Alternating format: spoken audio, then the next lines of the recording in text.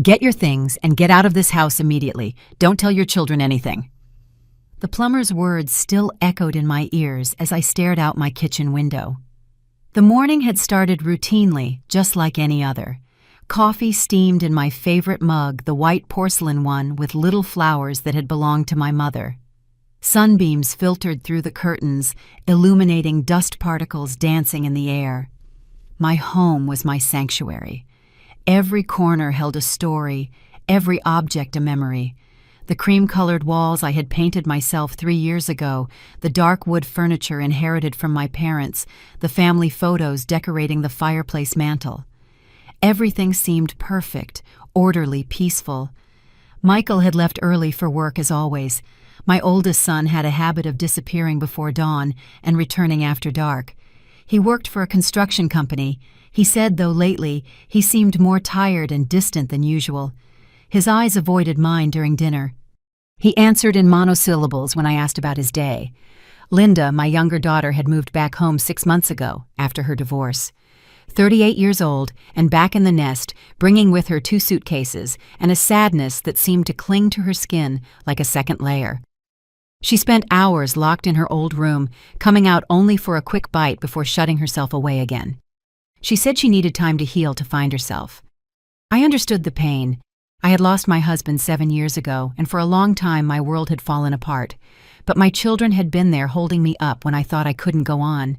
So when they needed me, I opened my arms and my home without any questions. The routine had become predictable. I'd wake up at 6, make breakfast that no one ate, water, the plants clean the house, watch the news, prepare lunch that no one shared with me, read a book and make dinner that we ate in silence. The days blurred into one another like watercolors in the rain. But that morning, something had changed. The upstairs bathroom faucet had started dripping during the night. It wasn't a normal drip, but something strange, as if the water was coming from somewhere it shouldn't. The sound had woken me up several times, an irregular rhythm that wouldn't let me rest. When I came down for breakfast, I noticed a damp spot on the dining room ceiling right below the upstairs bathroom. Water was seeping through, slowly forming a small drop that fell onto the table every few seconds. It was strange because the upstairs bathroom had been renovated just 2 years ago. Michael had insisted on replacing all the plumbing, hiring a full team of workers who were in the house for weeks. I called Michael at work to ask what I should do. His voice sounded tense when he answered, as if I had interrupted something important. "Mom, just call a plumber. I can't leave work right now." "But shouldn't you check the warranty on the renovation? We just had everything fixed recently." No, it's better to call someone new. I'll send you the number of a plumber I know." His answer seemed odd. Why didn't he want us to contact the company that did the original work? But I didn't push it. Michael had been especially irritable lately, and I had learned not to press too hard. Half an hour later, I received a text message with the name and number of Manuel, a plumber, who, according to Michael, had excellent references. I dialed immediately. A calm, professional voice answered. "Good morning. This is Manuel. How can I help you?" "I have a leak in my ceiling. It seems to be coming from the upstairs bathroom. Could you come take a look?" "Of course, ma'am. I can be there in an hour. What's your address?" I gave him the details and hung up feeling relieved. At least the problem would be solved soon. I spent the time waiting, cleaning the kitchen, moving furniture that might get wet, and placing containers to catch the drops still falling from the ceiling. Exactly 1 hour later, the doorbell rang. I opened the door to a man in his 50s, medium height, with graying hair and kind eyes behind glasses.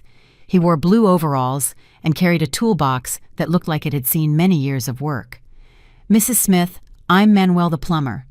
"Come in, please. The problem is over here." I led him to the dining room and showed him the spot on the ceiling. He looked up, frowned slightly, and nodded. "I'll need to check the upstairs bathroom first, and then I'll have to go down to the basement to look at the main pipes." "Of course. Make yourself at home." Manuel went upstairs with a confident stride, and soon I heard the sound of his tools at work.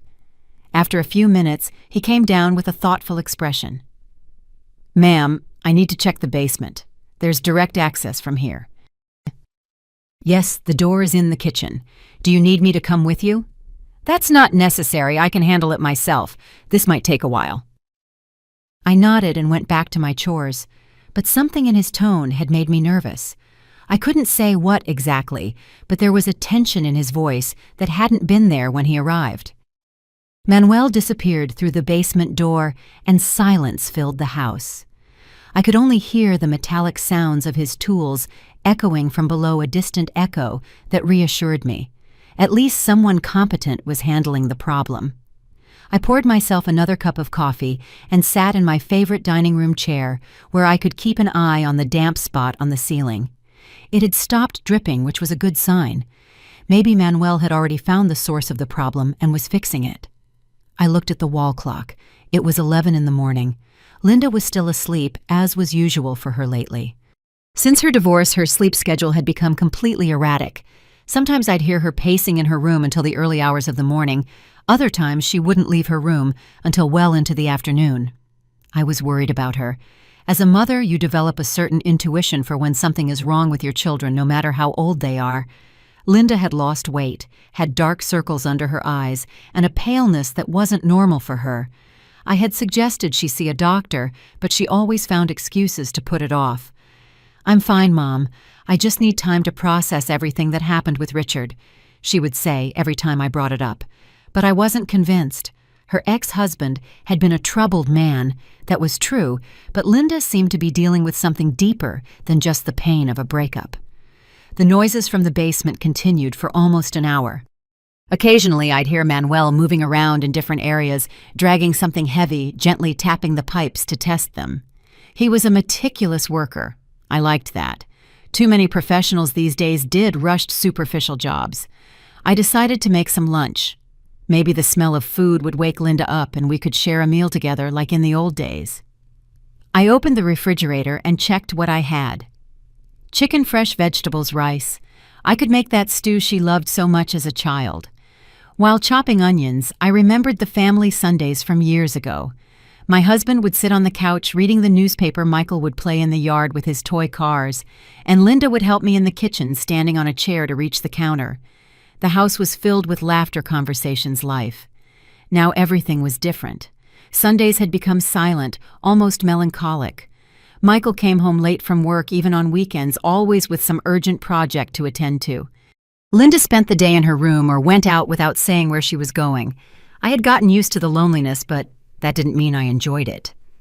The sound of footsteps coming up from the basement interrupted my thoughts. Manuel appeared in the kitchen, but something about his appearance had changed. His face had lost its color, and his hands trembled slightly as he closed his toolbox. "Are you finished? Did you find the problem?" I asked, wiping my hands on my apron. Manuel looked at me strangely, as if he were evaluating something in my face. His eyes darted nervously between my face and the basement door. "Mrs. Smith, I need to talk to you. Can we sit down for a moment?" His tone had changed completely.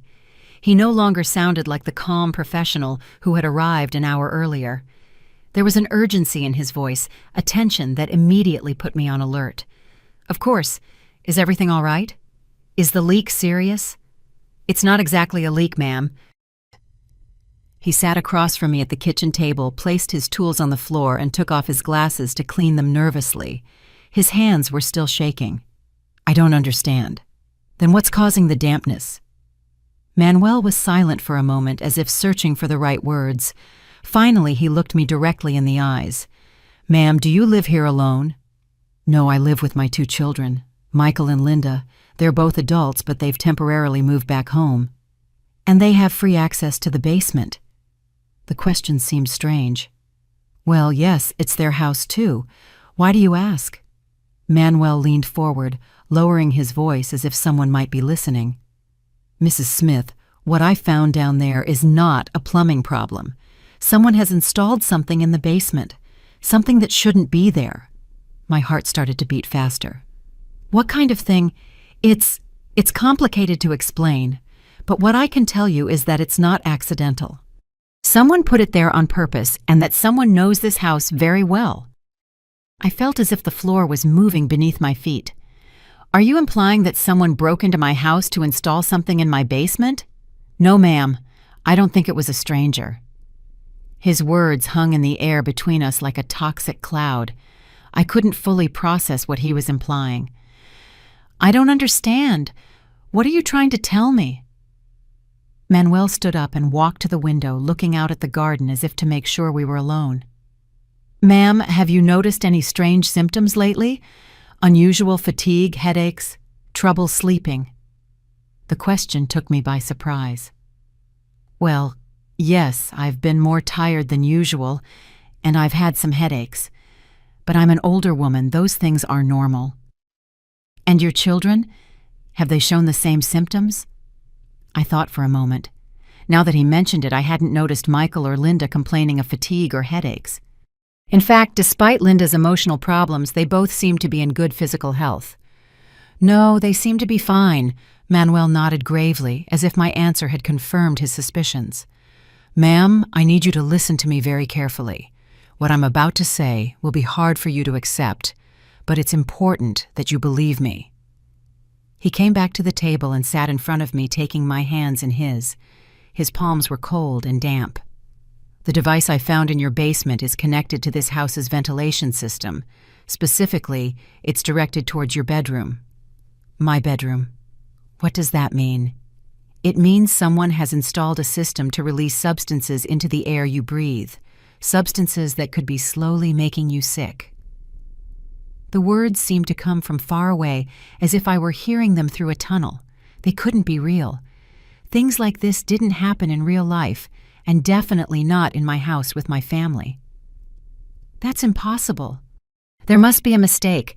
Maybe it's some kind of air purifier installed during the renovation that you don't recognize. Manuel shook his head firmly. Ma'am, I've been a plumber for over 20 years. I've seen all kinds of plumbing, ventilation, and filtration systems. What's in your basement is not an air purifier. It's something else entirely. I got up from the chair, needing to move to do something with the nervous energy building in my chest. This can't be happening. There must be a logical explanation. There is, Manuel said quietly. Someone in this house wants to harm you. Manuel's words echoed in my head like funeral bells. Someone in this house wants to harm you. I clung to the back of the chair, feeling as if my legs might give out at any moment. No, that's impossible. My children would never hurt me. I raised them, I love them, they love me. You must be mistaken. Manuel stood up slowly with the expression of someone about to deliver devastating news. Mrs. Smith, I understand this is hard to accept, but I need you to come with me to the basement so you can see with your own eyes what I found. I shook my head violently. I don't want to see anything. I want you to leave my house right now. You're crazy if you think I'm going to believe my own children. Please, he interrupted me in a soft but firm voice. Just 5 minutes. If after seeing what I'm about to show you, you still think I'm wrong, I will leave immediately and you will never hear from me again. Something in his tone stopped me. He didn't sound like a madman or someone making up stories. He sounded like a man who had seen something terrible and didn't know how to communicate it without destroying my world. What exactly did you find down there? It's better if you see it for yourself. Words wouldn't do it justice. I glanced towards the stairs leading to the upper floor where Linda was probably still sleeping. Then I looked at the basement door. For 40 years, I had gone down to that basement hundreds of times to do laundry, get Christmas decorations, store things we no longer used. It was a familiar, safe space. All right, I said finally, but only for 5 minutes. Manuel nodded and took a flashlight from his toolbox. You're going to need this. The lighting isn't very good in that area. I followed Manuel to the basement door, my heart pounding so hard I was sure he could hear it. We went down the wooden stairs that creaked under our feet, the same sound I had heard thousands of times before.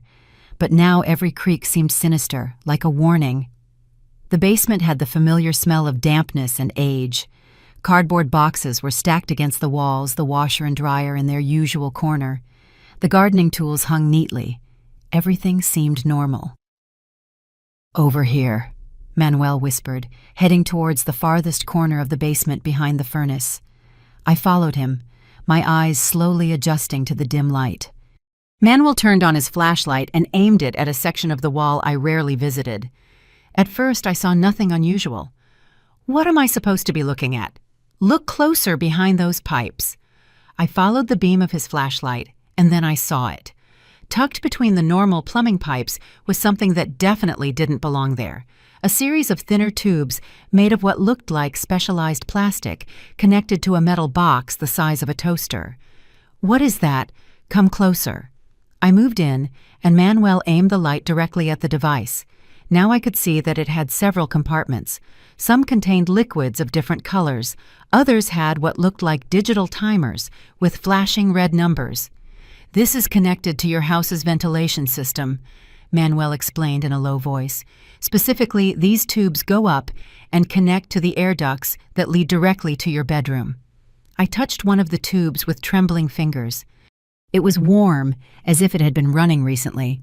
"What kind of liquids are those?" "I'm not a chemist, but from the smell and consistency, I'd say they are substances designed to cause gradual effects on whoever inhales them. Chronic fatigue, a weakened immune system, maybe something more serious over time." My mind refused to fully process what I was seeing. "But this requires technical knowledge, a specialized installation. It's not something you can do in an afternoon." "Exactly. Whoever did this knew exactly what they were doing, and they had unlimited access to your house for as long as it took." I remembered the bathroom renovation from 2 years ago. The workers had been in the house for weeks. Michael had personally supervised the entire project, insisting I not worry about the technical details. "The renovation?" I whispered. "During the bathroom renovation, there were workers here constantly.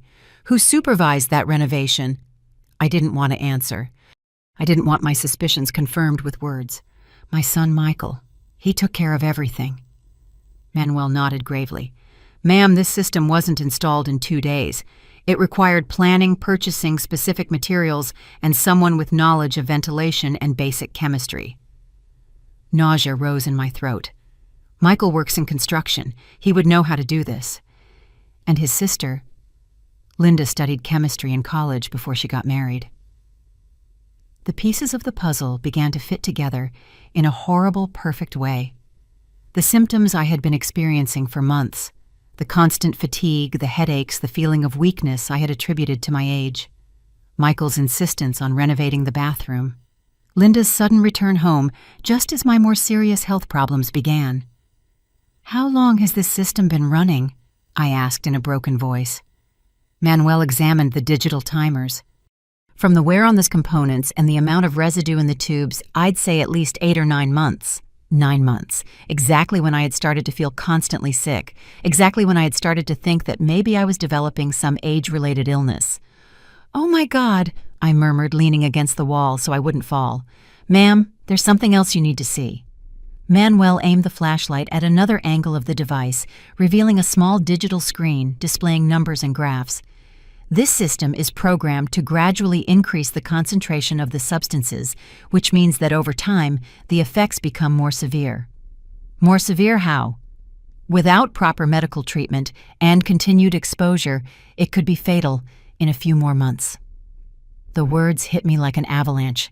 My own children, my own flesh and blood had been trying to kill me slowly. Not in a fit of rage, not out of passion, but in a calculated, systematic way, allowing me to suffer for months before dying. "Why?" I whispered. "Why would they do this?" Manuel turned off the flashlight and gently took my arm to guide me towards the stairs. "That's a question only they can answer. But ma'am, you need to get out of this house immediately." We went up in silence. My legs felt like jelly, my mind was only half functioning. When we reached the kitchen, reality hit me with renewed force. This was my home, my refuge, the place where I had raised my children, where I had mourned my husband's death, where I had planned to spend my final years in peace. And my children had turned it into my torture chamber. "Mrs. Smith," Manuel said firmly, "listen to me very carefully. You need to take only the essentials, get out of this house right now, and not tell your children where you are going." "But I can't just leave. This is my house. They are my children." "Your children are trying to murder you," Manuel said with a harshness that surprised me. "There is no conversation worth having with people who have gone this far." I looked towards the stairs leading to the upper floor. Linda was up there, probably just waking up, planning to come down for lunch. My little Linda, who had been such a sweet child, who had comforted me when her father died, who had cried in my arms when her marriage fell apart. "I can't believe she's involved," I said weakly. "Ma'am, the chemical knowledge needed for this isn't basic.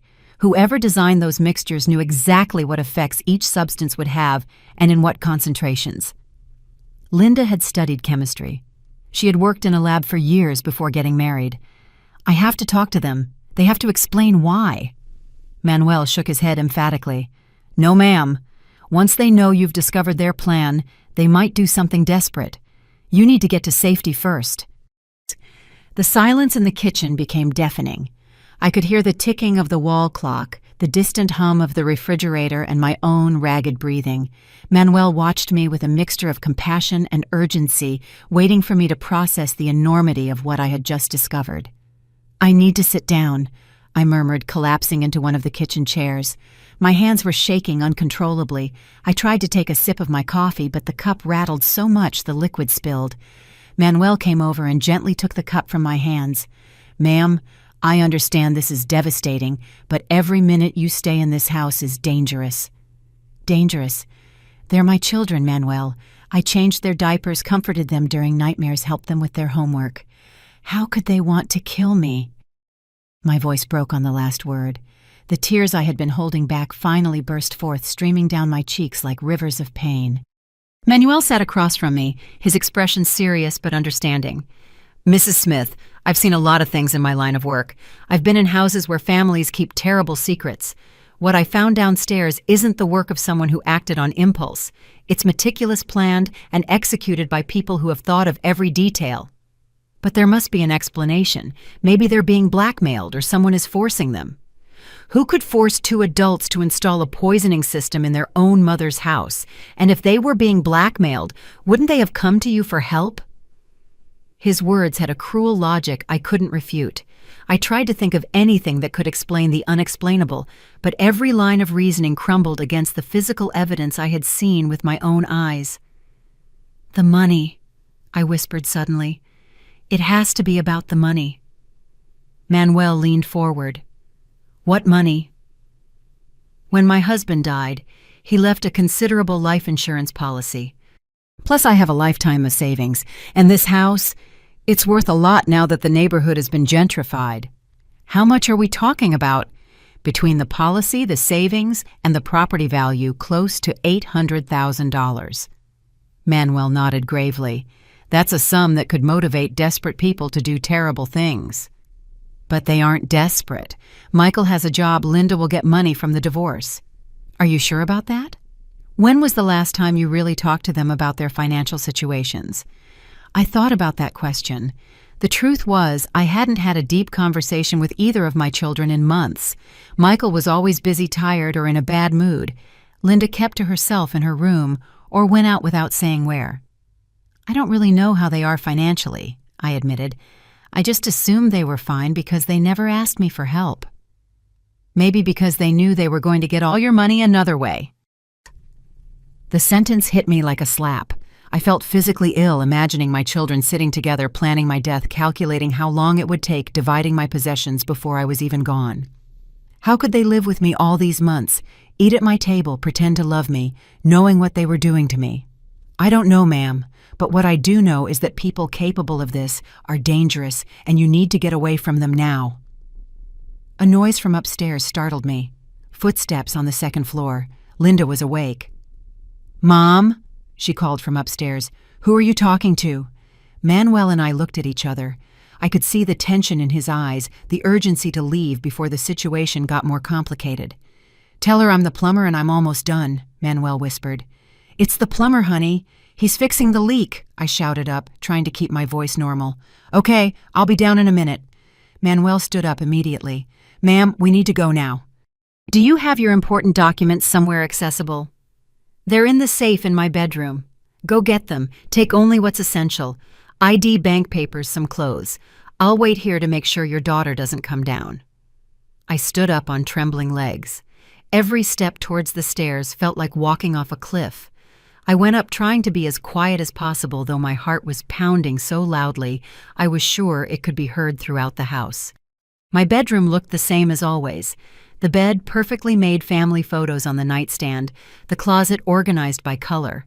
But now I knew that poison was seeping into this space, specifically designed to weaken me until I died. I opened the safe with shaking hands. Inside were my most important documents, my will the deed to the house insurance policy's bank information. I took everything and stuffed it into a small handbag.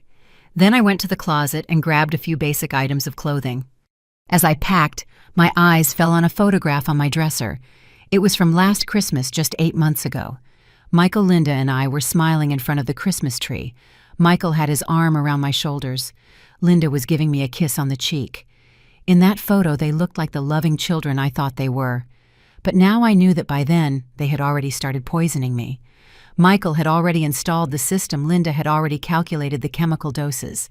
And there they were, smiling, faking love while they carried out my slow death. I took the photograph and put it in my bag. Not because I wanted to remember that moment, but because I needed to remember that the people closest to us can be the most dangerous. I heard voices downstairs. Linda had come down and was talking to Manuel.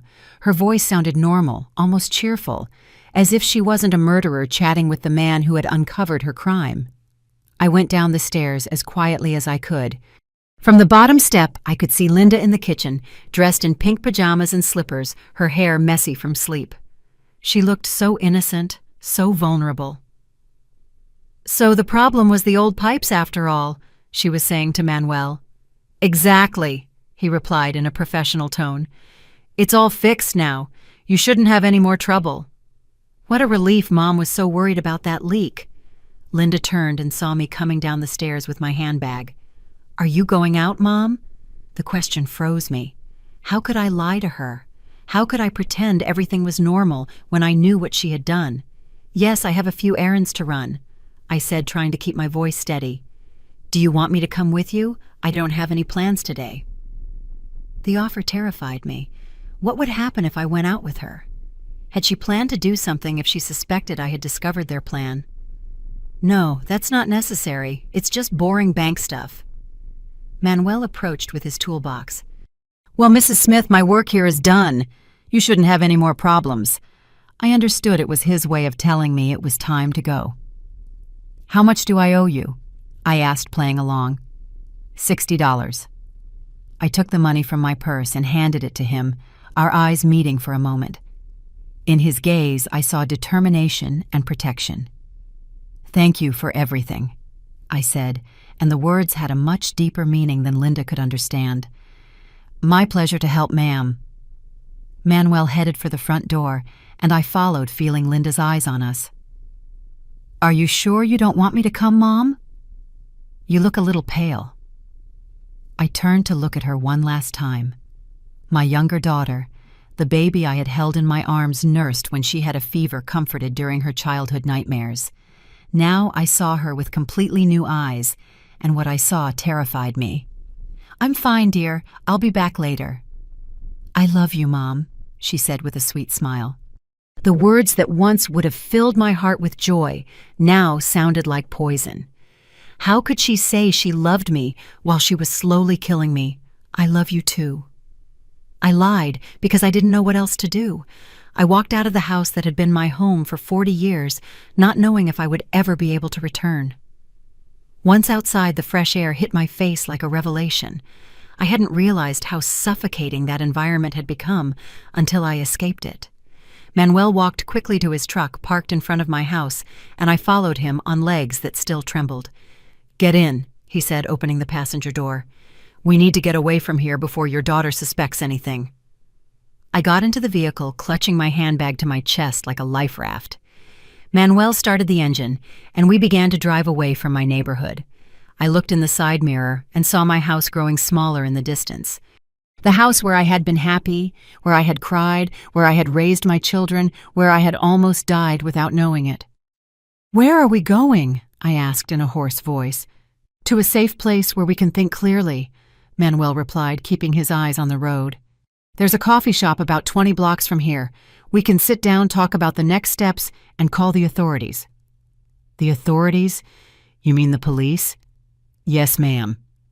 What we discovered constitutes attempted murder. This isn't something we can handle on our own." The word murder echoed in my head. My children weren't just ungrateful or greedy. They were potential killers. Killers who had been living with me, eating my food, pretending to care about my well-being, while meticulously carrying out my death. "I can't believe this is real," I murmured, staring out the window at the familiar streets that now felt strange and threatening. "I know. It's hard to process. But Mrs. Smith, you made the right decision by leaving that house. What if we're wrong? What if there's an explanation we're not seeing?" Manuel glanced at me briefly before refocusing on the traffic. "Ma'am, I installed ventilation systems for 15 years before becoming a plumber. What I saw in your basement is not a mistake. It's not a misunderstanding. It is a device specifically designed to disperse chemical substances into the air of your room. There is no innocent explanation for that." I knew he was right, but my mind kept desperately searching for an alternate reality where my children weren't monsters. How much time do you think would have passed before it worked? Based on the timers and the concentration, I'd say you had maybe 2 or 3 more months.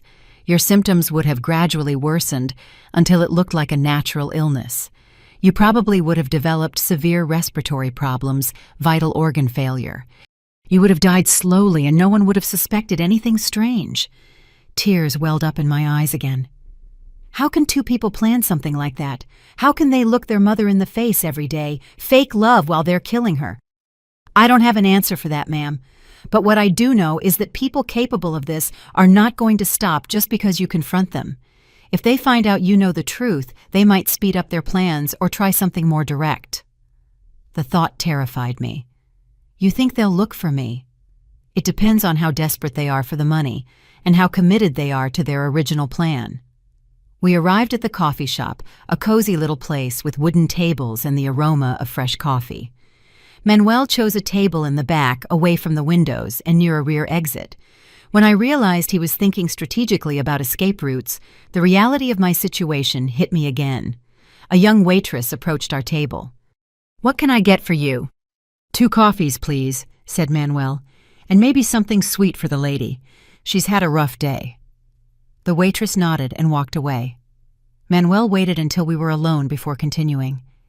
"Mrs. Smith, we need to talk about your options. The first is to call the police immediately and report what we found." "And what would happen then?" "They would go to your house with a search warrant, examine the device, and arrest your children if they find enough evidence." The idea of seeing Michael and Linda in handcuffs being taken away in a police car turned my stomach. But the alternative was them continuing their plan until they killed me. "What's the second option?" "We could document everything ourselves first, take pictures, get samples of the chemicals, build a solid case before involving the authorities." "Would that mean going back to the house?" "Not necessarily. I could go back under the pretext of checking that the repair worked correctly. I could take photographic evidence of the device." The waitress returned with our coffees and a slice of chocolate cake I hadn't ordered but was grateful for. I needed sugar to process all this information. "But why would you do that for me?" "You don't even know me." Manuel took a sip of his coffee before answering. "Ma'am, I lost my mother 5 years ago. She died of cancer, but for months before her diagnosis, she complained of strange symptoms that doctors couldn't explain. Extreme fatigue, respiratory problems, general weakness. It was only after she died that we discovered my brother had been stealing money from her bank accounts and tampering with her medication. Oh my God. I couldn't save my mother because I didn't see the signs in time. But when I saw what was happening in your house, I knew I had a second chance to do the right thing."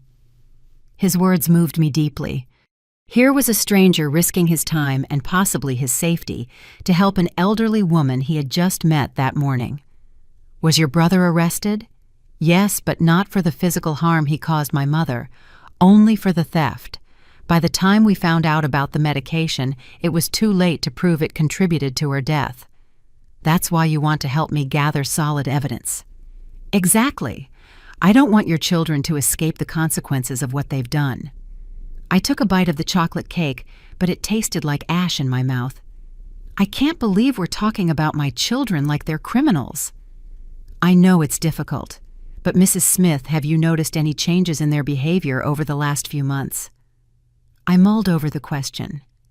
Michael has become more distant. He avoids long conversations. He's always busy with work or projects. And Linda, since she came back home, has been very withdrawn. But I attributed those changes to their personal circumstances. I thought Michael was stressed from work and that Linda was depressed over her divorce. And you never suspected they might be plotting something together. Never. In fact, I thought it was good that she was home because Michael seemed more relaxed when she was around. Probably because they could better coordinate their activities when they were both in the house. The realization hit me like a lightning bolt. The times I went out, they were always home together. They could have been adjusting the device, changing the concentrations, monitoring my symptoms. It's very likely. How could I have been so blind? Because you love them. And when we love someone, we tend to give them the benefit of the doubt, even when the signs are right there. My phone buzzed. It was a text from Linda. "Mom, is everything okay? You've been out longer than usual." I showed the message to Manuel. His expression hardened. "They're already monitoring your movements. Text her back that you're fine, but you got held up at the bank." I typed the reply. Manuel suggested my fingers trembling on the screen. "This means we need to act fast," Manuel said after I sent the message. "Once they suspect something is wrong, they could get rid of the device and destroy all the evidence." "What do you suggest we do?" "I'll go back to your house this afternoon under the pretext of checking for any additional leaks. I'll take detailed pictures of the device and, if possible, samples of the chemicals. Then we call the police with solid evidence. And in the meantime, where do I stay? Do you have any trusted relatives or friends who live far from here?" I thought about my options. My sister lived in another state, but we hadn't spoken in months. I had a few close friends, but involving them in this seemed dangerous. I could stay in a hotel. That might be the safest option for now. Manuel took a card from his wallet and wrote a number on the back. "This is my personal number. Call me immediately if your children try to contact you or if you notice anything strange." I took the card, feeling like it was a lifeline in a turbulent ocean. "Manuel, what will happen if we find out they really are trying to kill me? How will I live knowing that my own children—" "One step at a time, ma'am. First, let's make sure you're safe. Then we'll worry about the rest." Manuel drove me to a modest but clean hotel downtown, far from my neighborhood and any place my children might look for me. While he spoke with the receptionist, I sat on one of the lobby armchairs clutching my purse and trying to process that my life had completely changed in a matter of hours. "Room 203, Manuel said, handing me the key. "It's in my name, so if anyone asks for you, they won't find you. How much should I pay you for this? Don't worry about that now. We have more important things to deal with." We rode the elevator in silence. The room was small but comfortable. A single bed, a desk, a chair, and a window overlooking the main street. Manuel checked the room carefully, making sure the windows had locks and the door had a double bolt. "Keep the door locked at all times," he instructed. "Don't open it for anyone but me. If you need anything, call room service. When are you going back to my house?" "In about 2 hours. I'll tell them I got a call from another client complaining of similar issues, and I want to verify that my repair at their house is holding up. They won't suspect anything. It's common practice in my profession to double-check complicated jobs. It shouldn't raise any flags." Manuel headed for the door, but stopped before leaving. "Mrs. Smith, there's something I have to ask you. Do you have a will?" The question caught me off guard. "Yes, why? Are your children the sole beneficiaries?" "Yes, everything is split evenly between Michael and Linda." Manuel nodded gravely. "That confirms the motive. With you out of the way, they would immediately inherit a considerable sum. But the will specifies that if my death is suspicious or the result of a crime, they lose all inheritance rights. They know that. Are you sure we've never discussed the specific details of the will? That could explain why they chose such an elaborate method. If your death appeared natural, the result of a gradual illness, no one would question the will. The calculated coldness of their actions terrified me again. They had not only planned to kill me, but they had planned to do it in a way that guaranteed they would benefit financially from my death. Manuel, what kind of people do this? People who have lost all normal emotional connection, people for whom money has become more important than any family bond. But I raised them to be good people. I taught them values, gave them love, provided them with an education. Sometimes, ma'am, people turn into something completely different from what we expected. Circumstances, pressures, bad decisions can change someone completely. After Manuel left, I was alone in the hotel room. The silence was overwhelming.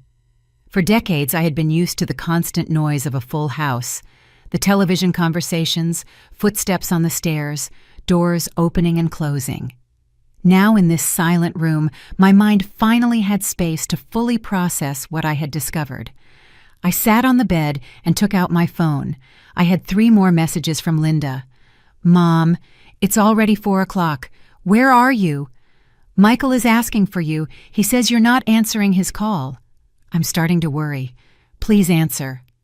Each message sent shivers down my spine. Was she really worried? Or was she starting to suspect that something had gone wrong with their plan? I decided to reply. "Everything's fine, dear. The bank was very crowded, and then I went shopping. I'll be back soon." The reply came immediately. "What did you buy? Do you need me to come pick you up?" Her insistence on knowing exactly where I was and what I was doing now seemed sinister, rather than considerate. "No need. I have a ride. See you at home." She didn't reply immediately, which was strange. Linda usually answered texts instantly. I lay back on the bed and closed my eyes, trying to remember signs I had overlooked. When had all this really started? Had there been moments when I should have suspected something? I remembered a conversation from a few months ago. Michael had casually mentioned that he thought I should consider moving to a smaller apartment. "This house is too big for one person, Mom," he had said, "and the upkeep must be expensive." At the time, I thought he was worried about my well-being. Now I realized he might have been assessing the property's value. I also remembered Linda asking strange questions about my finances. "Do you have enough money for your medical expenses as you get older, Mom? Have you thought about what you'll do if you need special care?" I had interpreted these questions as normal filial concern. But now I wondered if she was calculating how much money would be left for them after my medical expenses. My phone rang, startling me. It was Michael. "Hi, Mom. Linda says you've been out all day. Is everything okay?" His voice sounded tense, as if he were holding back some emotion. "Yes, honey. I just had things to do." "What kind of things? It's strange you didn't tell us you'd be out for so long." "Since when do I need to report my movements to my children?" I replied, trying to sound normal, but firm. There was an awkward pause. "You're right. It's just, we worry when you change your routine." "My routine? Well, you're normally home in the afternoons. You make dinner at the same time every day." "Nothing." I realized they had been monitoring my schedule much more closely than I had noticed. It was to make sure I was in my room during the times of highest poison concentration. "I have the right to change my routine occasionally," I said. "Of course. Are you going to be home for dinner?" "I'm not sure. I might eat out tonight." Another pause. "Out with whom?" His tone had become more tense. It was as if the idea of me having an independent social life made him nervous. "With a friend." I lied. "What friend? You haven't mentioned plans with friends in months." His interrogation was making me more and more nervous.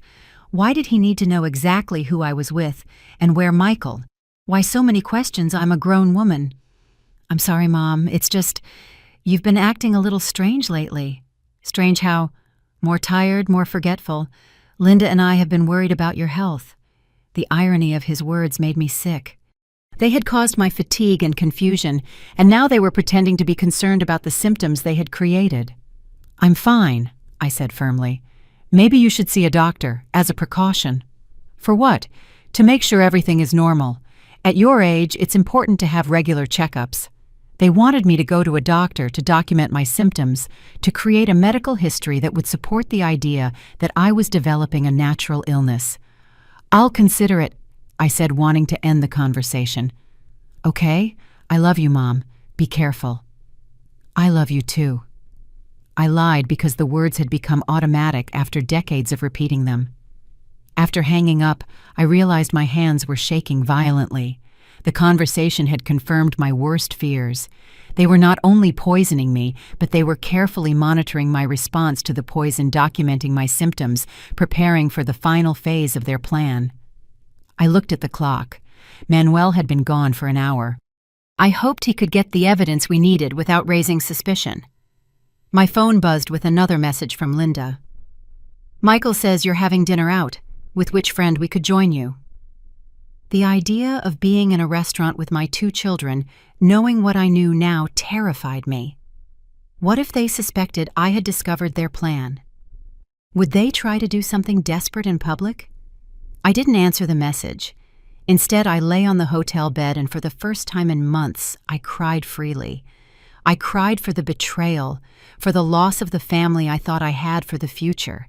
I had imagined surrounded by the love of my children. I cried for the naive woman I had been that morning, who believed the biggest problem in her life was a leak in the ceiling. When the tears finally stopped, I realized something had changed in me. The initial shock had given way to a cold determination. My children had chosen to see me as an obstacle to their wealth. Now I had to choose whether I was going to be a victim or a survivor. The phone rang at 6 in the evening. It was Manuel. "Mrs. Smith, I have the evidence. But there's something else you need to know. Can you meet me in the hotel lobby in 10 minutes? What did you find? It's better if we talk in person. And ma'am, prepare yourself for something disturbing." I went down to the lobby with my heart in my throat. Manuel was sitting in the same armchair where I had waited before, but his expression was even more serious than in the morning. He had a folder and a digital camera in his hands. "What happened?" I asked, sitting across from him. "I got detailed pictures of the device," he said, opening the folder. "But while I was documenting everything I heard your children talking in the kitchen, they stayed there thinking I was in the basement working." He showed me the photographs. They were clear, detailed images of the system I had seen that morning. The tubes, the chemical containers, the digital timers, everything documented from multiple angles. "These photos are solid evidence," he continued. "But what I heard is even more important." "What did you hear?" Manuel leaned forward, lowering his voice, even though we were in a secluded corner of the lobby. "Your son Michael was telling Linda that you had been acting strangely today, that your answers to their questions were evasive." "They already suspected something." "Yes, but there's more. Linda said they needed to speed up the timeline, that they couldn't risk waiting another 2 months. I felt like I had been punched in the chest. "Speed up how?" Michael mentioned something about Plan B. He said they had a second option that would be quicker but riskier. "What kind of Plan B?" They didn't give specifics, but Linda mentioned something about making it look like a household accident, a fire or a fall down the stairs. The implications terrified me. If they could no longer kill me slowly with poison, they were willing to resort to more direct and violent methods. "They also said something about the money," Manuel continued. "Apparently, Michael has gambling debts of almost $100,000, and Linda isn't going to get anything from the divorce because her ex-husband found out she was having an affair." The pieces of the puzzle fell into place horribly. It wasn't just general greed. They were both financially desperate. Gambling debts. Michael owes money to loan sharks who aren't exactly understanding about late payments. Linda mentioned they had been pressuring him, threatening physical violence. And Linda's divorce. Apparently, her ex-husband hired a private investigator who documented her infidelity. Under the divorce laws, that means she gets no financial settlement. Suddenly, it all made a horrible kind of sense. Michael didn't just want my money, he desperately needed it to save his own life. And Linda had lost all hope of financial stability after her divorce. "So they really had no other choice," I murmured.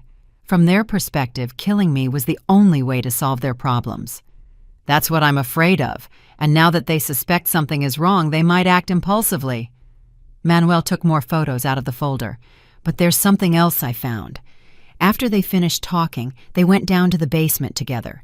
They wanted to verify that the device was still working correctly. "You followed them." I hid in a corner and watched them. Mrs. Smith, what I saw, confirmed that this has been going on for months. He showed me a photo of a notebook he had managed to capture from a distance. pages filled with dates, times, and handwritten notes. What is that?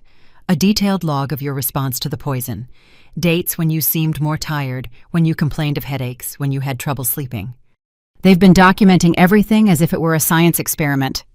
The photo showed entries like, March 15th, Mom complained of dizziness after lunch. March 22nd, slept until 10 a.m., very unusual. April 3rd, forgot dentist appointment, mental confusion increasing. They've been monitoring my decline, I whispered, feeling nauseous, and adjusting the doses based on their observations. Look at this entry from last month. He pointed to a line that read, reduce nighttime concentration symptoms too obvious. Michael suggests switching to morning release when she's alone.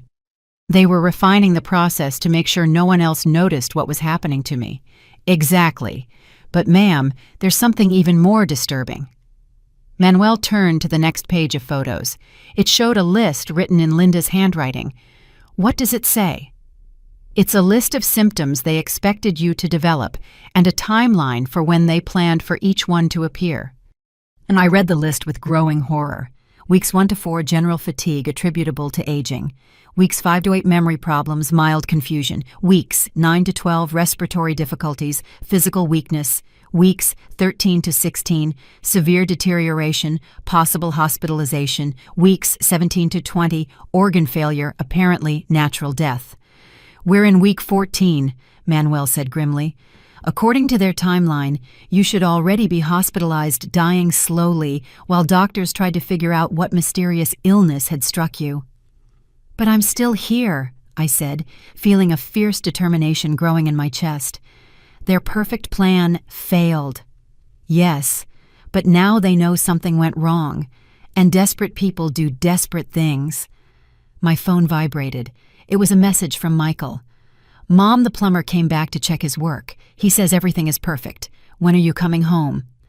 They already know you're not where you should be, Manuel said, reading the message over my shoulder. And they're starting to panic. What do we do now? We call the police immediately. With these photos and what I heard, we have enough evidence to get them arrested. But before I could answer, my phone rang. It was Linda. Answer it, Manuel said. But be very careful what you say. Mom, where are you? Michael and I are very worried. Her voice sounded different. There was a tension that hadn't been there in previous conversations. I'm fine, dear. Why so worried? It's just... The plumber said something strange when he came to check his work. My heart sped up. What did he say? He mentioned you had been asking about ventilation problems in the basement, but you never mentioned any ventilation problems. Manuel had made up that story as an explanation for exploring the basement, but now it had backfired. I don't remember saying that. I lied. Mom, is there something you're not telling us? Is there a problem with the house that we don't know about? I could hear Michael talking in the background, but I couldn't make out the words. Everything is fine, Linda. It was just a misunderstanding with the plumber. Where are you right now? We can come pick you up. The question sounded like a threat disguised as an offer of help. That's not necessary. I have a ride. But Mom, it's already 7 o'clock. You never stay out this late without letting us know. Linda, I'm an adult. I don't need to ask permission to leave the house. I know, but... There was a pause, and I heard murmurs in the background. Michael wants to talk to you. Before I could protest, Michael's voice replaced Linda's. Mom, you need to come home right now. His tone had changed completely. He was no longer the concerned son. He sounded authoritarian, almost threatening. Excuse me, you said you were running errands at the bank and shopping, but the bank closed at 5 and you haven't bought anything. Where have you really been? I don't have to explain my movements to you, Michael. Yes, you do, especially when you start acting so suspicious and strange. Manuel gestured for me to hang up, but I needed to hear how far they were willing to go. Suspicious of what? The plumber told us you were asking very specific questions about ventilation systems, questions that someone would only ask if they suspected something was wrong. My blood ran cold. They had put the pieces together faster than we expected. I don't know what you're talking about. Mom, come home now. We can talk about this as a family. And what if I don't want to come home? There was a long, charged pause. When Michael spoke again, his voice was ice cold. Then we'll have to come and get you. I hung up the phone with trembling hands. Michael's words echoed in my head like a direct threat. Manuel looked at me with a grave expression. He had heard enough of the conversation to understand that the situation had escalated dangerously. Mrs. Smith, we need to call the police right now. Your children know you've discovered something, and they're willing to take drastic measures to silence you, Manuel said, taking out his own phone. Wait, I said, grabbing his arm. What are we going to tell them, that my children are slowly poisoning me and just threatened me over the phone? It sounds like the paranoid fantasy of an old woman. We have the photos, the physical device in your basement, and I am a witness to the conversation I overheard between them. That's solid evidence. Before he could respond, my phone vibrated again. This time it was a text from a number I didn't recognize. Mrs. Smith, we know where you are. The President Hotel downtown, room 203. You have 10 minutes to come down to the lobby before we come up to get you. Terror completely paralyzed me. Manuel, look at this. I showed him the message with fingers that shook so badly I could barely hold the phone. How the hell did they find out where I am? Manuel looked around the lobby nervously. Did you tell anyone else where you were? No, nobody. Only you knew. Suddenly I realized, is your truck registered at the hotel? There could be security cameras that showed us arriving together. It's possible, or maybe they followed my vehicle when I left your house the second time. If they were already suspicious, they might have been watching. Another message arrived, this time from Linda. Mom, we know you're at the President Hotel. We don't want to hurt you, we just want to talk. But if you don't come down voluntarily, Michael is going to come up to your room, and he's very upset right now. They're here, I whispered, looking towards the lobby windows. They're somewhere nearby, watching us. Manuel stood up immediately. Let's go. There's a back exit through the hotel restaurant's kitchen. We can get out without being seen. And then what? I can't run forever. They're my children. They know all my favorite places, my friends, my routines. That's why we need the police to arrest them tonight. Once they're in custody, you'll be safe. As we walked quickly towards the back of the hotel, my phone rang again. This time I answered without looking at who it was. Mom, why are you running from us? It was Linda's voice, but it sounded different. There was a coldness in her tone I had never heard before. We just want to protect you. You've been acting very strangely lately, and we're worried about your mental health. My mental health is perfectly fine, Linda. What's not fine is what you two have been doing in my house. There was a long pause. When Linda spoke again, she had dropped all pretense of filial concern. What do you think we've been doing, Mom? I think you two have been trying to kill me slowly to inherit my money, and I think when you realized, I found out you decided to speed up your plans.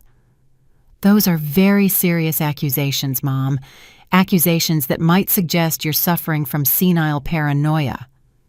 The way she said senile paranoia made me understand immediately what their defense strategy would be. They would say I was a confused old woman, possibly with early dementia, who had misinterpreted normal situations and developed conspiracy theories about her own children. I'm not confused, Linda. I saw the device in the basement. I saw the tubes connected to my room's ventilation system. I saw the chemicals and the timers. What device, Mom? There's no device in the basement, just normal plumbing and the ventilation system we installed during the renovation. Now I understood why they had insisted so much on me coming home. They had used the hours since my disappearance to dismantle the entire system and eliminate the evidence. Manuel has pictures, I said, glancing at him as we continued moving towards the back exit. Manuel, you mean the plumber, Mom? That man is a complete stranger? Why would you believe him over your own children?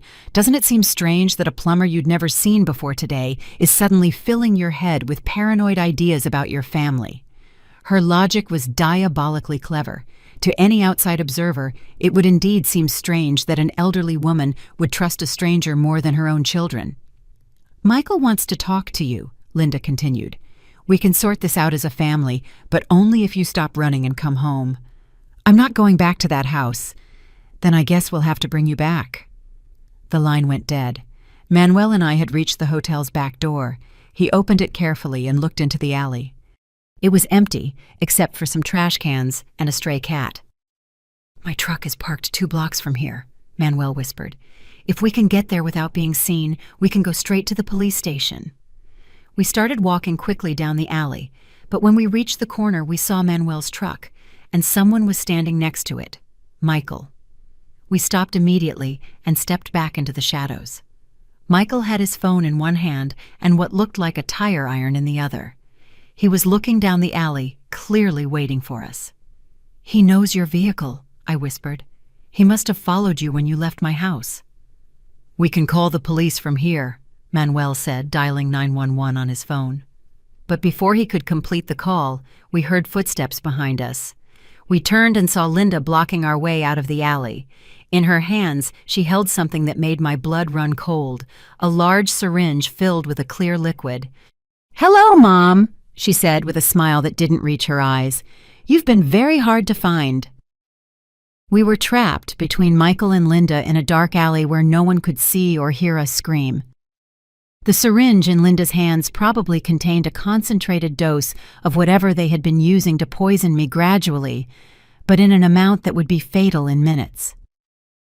"Linda, please," I begged. "I'm your mother. I raised you. I love you. How can you do this?"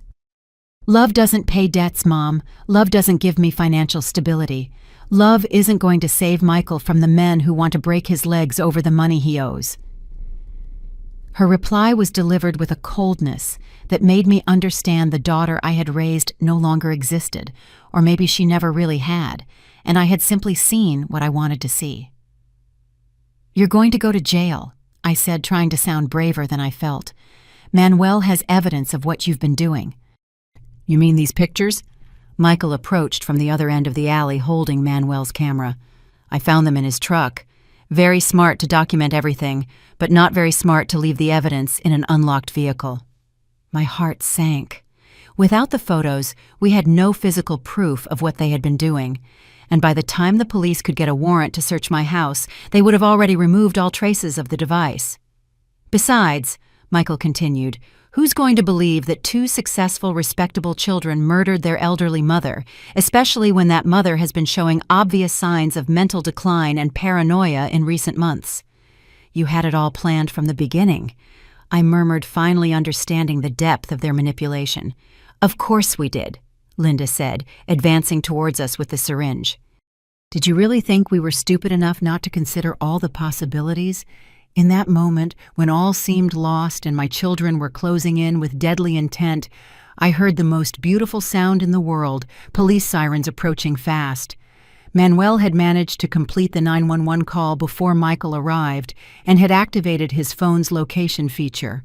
Linda stopped immediately, the syringe still in her hands, but with a look of panic on her face. Michael dropped the tire iron and started walking quickly towards the opposite exit of the alley, but it was too late. 3 police cars appeared simultaneously at both ends of the alley, blocking all escape routes. "Police, put your hands where I can see them," an officer shouted as he got out of his vehicle, his gun drawn. Michael immediately raised his hands, but Linda seemed to be considering using the syringe on me as a last desperate act. Manuel stepped between her and me, spreading his arms protectively. "Miss, slowly drop what's in your hands and step back," ordered a female officer who had approached from the other side. "It's not what it looks like," Linda screamed, but her voice sounded hysterical. "This woman is my mother and she's suffering from dementia. We were trying to take her back home for her own safety. And that's why you needed a syringe," the officer asked, approaching cautiously. It's medicine. To calm her down. She's been having violent episodes." But her explanation sounded weak even to her. The officers had seen enough domestic abuse situations to recognize the signs. For the next 30 minutes, while Michael and Linda were handcuffed and read their rights, I sat in the back of an ambulance that had been called to check on my health. Manuel was giving his detailed testimony to a detective, showing the photos he had managed to email to his own account before Michael destroyed his camera. "Mrs. Smith," said the lead detective, approaching me after finishing with Manuel, "we need you to come with us to the station to give your full statement, but first we're going to search your house with a warrant to document any evidence that may still be there." "You won't find anything now," I told him. "They had hours to get rid of everything." "Maybe, but criminals, especially first-timers, often make mistakes in their panic to clean up a scene. Besides, certain types of chemical residues are almost impossible to remove completely." 3 hours later, sitting in an interrogation room, drinking terrible coffee, and giving my testimony for the third time, I received confirmation that the detective was right. They had found traces of the chemicals in my bedroom's ventilation duct's residue in the basement pipes that had been hastily disconnected, and most incriminating of all, the notebook with the detailed log of my symptoms hidden in Linda's room. Apparently, in their rush to dismantle the physical device, they had forgotten to get rid of the written documentation of their experiment. It has been 6 months since that horrible night in the alley. Michael and Linda were arrested and charged with premeditated attempted murder. During the trial, which lasted 3 weeks, the full truth came to light. Michael's gambling debts amounted to $120,000, and the loan sharks had begun to threaten not only him, but also Linda. She had lost everything in her divorce due to her proven infidelity and was facing bankruptcy. Together, they had calculated that my death would give them immediate access to $800,000 in life insurance savings and the value of the property. The slow poisoning method had been Linda's idea. She remembered enough from her chemistry studies to design a mixture that would mimic natural deterioration due to aging. During the trial, neither of them showed any real remorse. Their statements focused on justifying their actions due to financial desperation, as if that somehow lessened the gravity of conspiring to murder their own mother. Michael was sentenced to 25 years in prison, without the possibility of parole, for 15 years. Linda received 20 years with the possibility of parole after 12. Both appealed their sentences, but the appeals were denied. I sold the house where I had lived for 40 years. I couldn't stay in a place where every room reminded me of the betrayal. With the money from the sale, I bought a small apartment in a coastal city 200 miles away, where the ocean air helps to clear away the toxic memories. Manuel became more than the man who saved my life. He became a dear friend. We write to each other weekly, and he visits me every few months. He helped me understand that not everyone in the world is willing to betray trust for money. Some strangers can become true family, while some family can become dangerous strangers. Now, when I sit on my new balcony watching the sunset over the ocean, I reflect on the lessons I learned in the most painful way possible. True love is not based on shared blood, but on genuine actions and mutual care. Real family are the people who protect you when you are vulnerable, not those who take advantage of your vulnerability for their own gain.